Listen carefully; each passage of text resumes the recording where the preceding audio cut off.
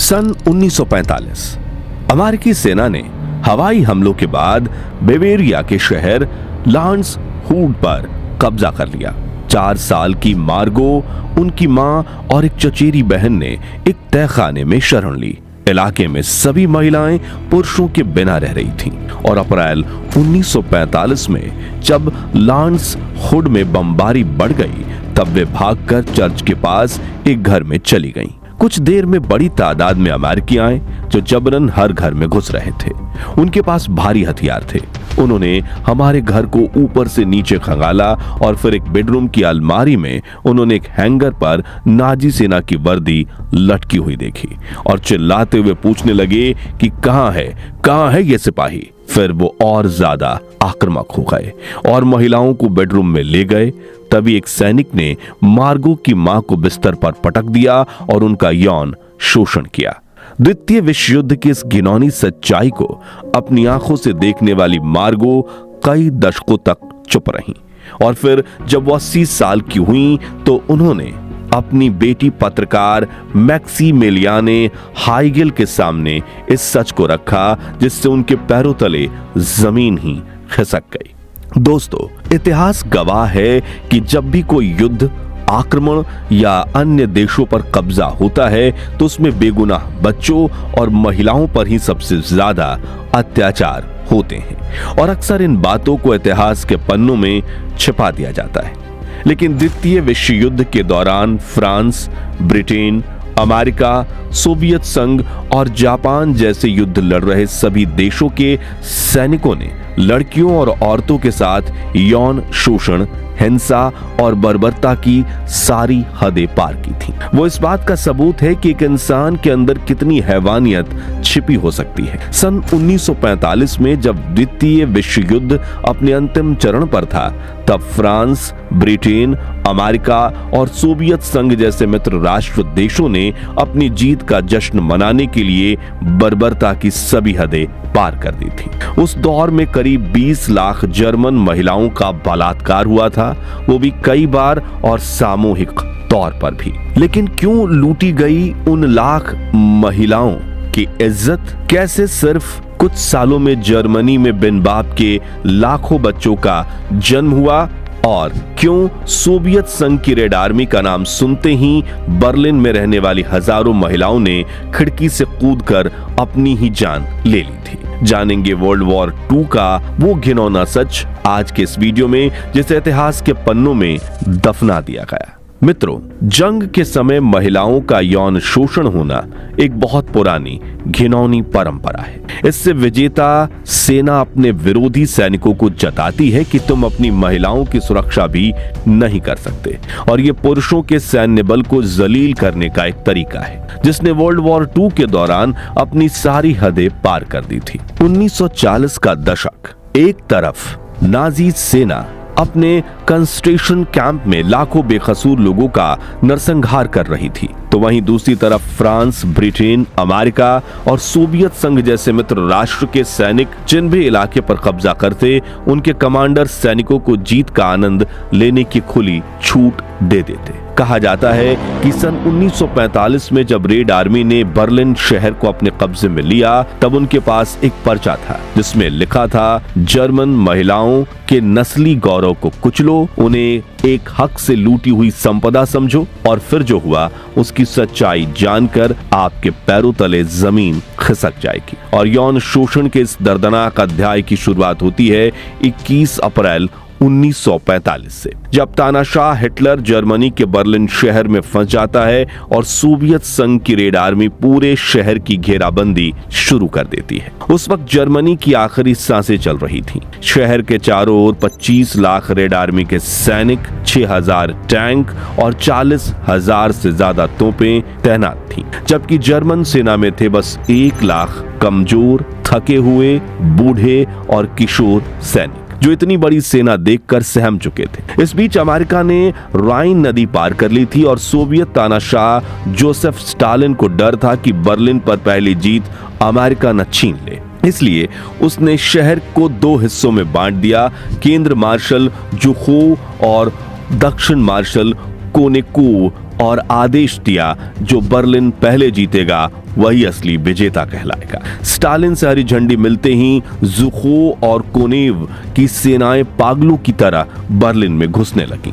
हालात इतने बेकाबू हो गए कि कई बार दोनों सोवियत सेनाएं दौड़ में आगे निकलने के चक्कर में गलती से एक दूसरे पर ही हमला कर बैठती थीं। उधर जर्मन सैनिकों की हालत पहले से ही दयनीय थी और रेड आर्मी के सैनिक आसानी से उनका कत्लेआम कर रहे थे। हालांकि दुर्भाग्य की बात यह थी कि ये लड़ाई भले ही सत्ता की थी, बदला लेने की थी, लेकिन इसकी कीमत चुका रहा था बर्लिन का आम नागरिक। शहर बमों, भूख और आतंक के बीच नर्क से भी बदतर बन चुका था। करीब 12 दिनों की जंग के बाद 2 मई को रेड आर्मी के सैनिकों ने बर्लिन को पूरी तरह कंट्रोल में ले लिया। इसी बीच हिटलर और 3800 नाजी सैनिकों ने आत्महत्या कर ली। हजारों नजाई सैनिक मारे गए और इतिहासकारों को लगा कि अब बर्लिन के लोग फिर एक बार राहत की सांस लेंगे। लेकिन फिर बर्लिन की सड़कों पर हैवानियत का जो तूफान उठा, उसने लाखों मासूम महिलाओं को अपनी चपेट में ले लिया। इतिहासकारों के मुताबिक वर्ल्ड वॉर 2 के अंतिम 6 महीनों में करीब 20 लाख जर्मन महिलाओं का बलात्कार किया गया और सिर्फ बर्लिन में ही 1 लाख से अधिक महिलाएं अस्पतालों में भर्ती कराई गईं, जिनमें से हजारों दर्द में चीखते हुए दुनिया को अलविदा कह गईं।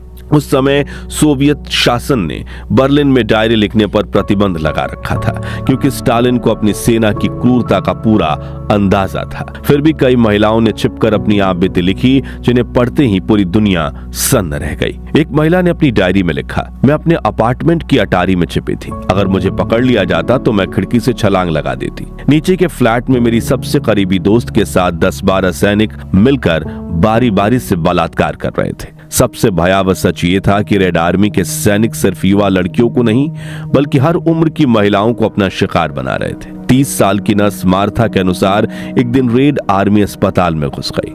जो महिलाएं स्ट्रेचर पर थीं, जो आईसीयू में थीं, जो बिस्तर से उठ भी नहीं पा रही थी, उनके साथ भी बलात्कार किया। इन अत्याचारों के बाद कई महिलाएं दर्द सहते सहते मर गईं, कईयों ने आत्महत्या कर ली और हजारों महिलाओं के गर्भ में ऐसे बच्चे पलने लगे जिनके पिता का नाम तक कोई नहीं जानता था। सिर्फ इतना पता था कि वह इस युद्ध की सबसे दर्दनाक कीमत थी। दूसरी तरफ अमेरिकी सैनिक भी हैवानियत में पीछे नहीं थे। इतिहासकार बताते हैं कि मोसबुर्ग बाई फाइंजिंग में हिटलर की नाजी सेना ने युद्ध बंदियों का बड़ा शिविर बना रखा था, जहां उनके साथ खूब अत्याचार होते थे। और उस इलाके को अपने कब्जे में ले रहे अमेरिकी सैनिक ये देख रहे थे कि जर्मनी में उनके साथियों के साथ कैसा व्यवहार हुआ है। कहा जाता है कि शायद इसी वजह से अमेरिकी सैनिकों का गुस्सा 7वें आसमान पर पहुंच गया था और वो यौन हिंसाएं करने लगे थे। उन्होंने वहां की लगभग सभी महिलाओं को अपना शिकार बनाया। मोसबुर्ग शहर में एक पादरी ने अमेरिकी सैनिकों के आने पर एक रिपोर्ट लिखी थी, जिसमें लिखा है कि सोमवार को रैक्टरी के पास बलात्कार की पहली खबर पहुंची। यहाँ कोई संख्या बताना मुमकिन नहीं है। कई लड़कियां पहली मंजिल की खिड़की से बाहर सड़क पर कूद गईं और घायल अवस्था में वहीं पड़ी रहीं। इतिहासकार बताते हैं कि अमेरिकियों और सोवियत सैनिकों की तरह फ्रांस की सेना ने भी इस हैवानियत से अछूता नहीं रखा खुद को। फ्रांस की फ्री फ्रेंच फोर्सेस जहां जहां से गुजरती, वहां जर्मन महिलाओं का जीवन नर्क बनाती चली जाती थी। इटली के शहर सियो कायरा में फ्रेंच मोरक्कन सैनिक की टुकड़ी, जिसे गोमियर्स कहा जाता था, उन्होंने सिर्फ जर्मन महिलाएं ही नहीं बल्कि इटालियन महिलाओं और लड़कियों पर भी भयंकर अत्याचार किए। इस घटना को आज मोरोकनेट कहा जाता है, जिसका मतलब है मोरक्कन सैनिक द्वारा किया गया अत्याचार। रिपोर्ट्स बताती हैं कि इन सैनिकों ने हजारों महिलाओं, बच्चियों, यहां तक कि बुजुर्गों और लड़कों तक को नहीं छोड़ा। कई गांवों को उन्होंने जीत के नाम पर एक रात में तबाह कर दिया और हजारों महिलाओं की जिंदगी भर के लिए मानसिक और शारीरिक चोट पाकर अपंग हो गई।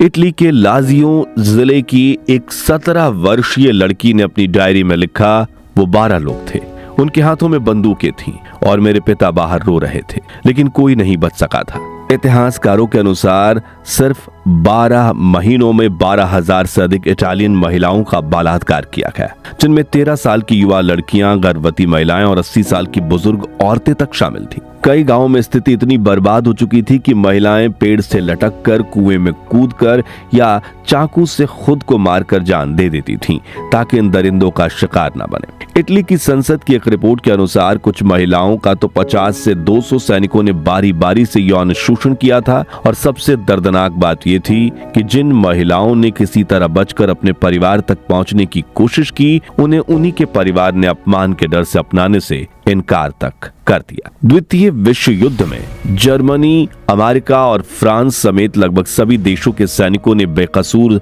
महिलाओं का यौन शोषण किया था। लेकिन हैवानियत की सबसे ज्यादा हदें पार हुई थी बर्लिन में, जो कि सोवियत संघ की रेड आर्मी ने कई इतिहासकार बताते हैं कि 1945 में रेड आर्मी के सैनिक ऐसे भेड़िए बन चुके थे जो किसी भी उम्र या हालात को नहीं देखते थे। उनके कमांडर ने भी उन्हें खुली छूट दे रखी थी।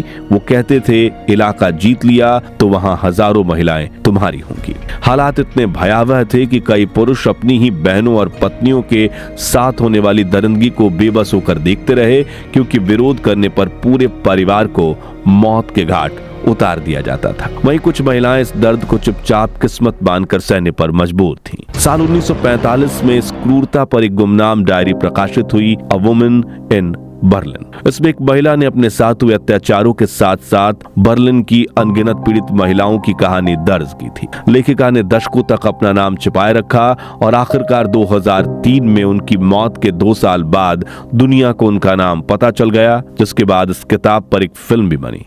मार्था हिलर्स लिखती हैं, 10 भेड़ियों का शिकार बनने से बेहतर था एक ताकतवर भेड़िया चुन लो। उनका मतलब उन सोवियत सैनिकों से था जो हर जगह हैवान बनकर टूट पड़ते थे। शुरुआत में कई रेड आर्मी सैनिकों ने उनका यौन शोषण किया, लेकिन बाद में उन्होंने मजबूरी में एक बड़े सोवियत कमांडर से संबंध बना लिए ताकि बाकी सैनिकों की बर्बरता से खुद को बचा सके। मार्ता की तरह लाखों महिलाएं उन दरिंदगों के बीच झूठा प्यार दिखाने पर मजबूर थी, सिर्फ इसलिए ताकि जान और इज्जत दोनों बच सके। उस दौर की महिलाओं ने जो सहा, उस दर्द को पूरी तरह समझ पाना आज भी मुमकिन नहीं है। तो मित्रों, वर्ल्ड वॉर के इस छिपाए गए घिनौने सच पर आपकी राय क्या है? क्यों हर बार बेकसूर महिलाओं को जंग के पुरस्कार की तरह देखा जाता है, और क्यों जंग लड़ रहे कुछ सैनिक हैवानियत की सभी हदें पार कर जाते हैं? अपनी राय हमें कमेंट्स में बताइए। उम्मीद है इस सच्ची कहानी ने आपको सोचने पर मजबूर कर दिया होगा।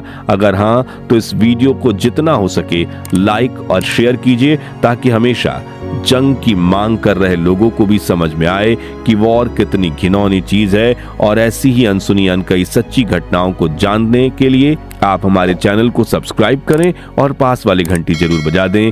धन्यवाद।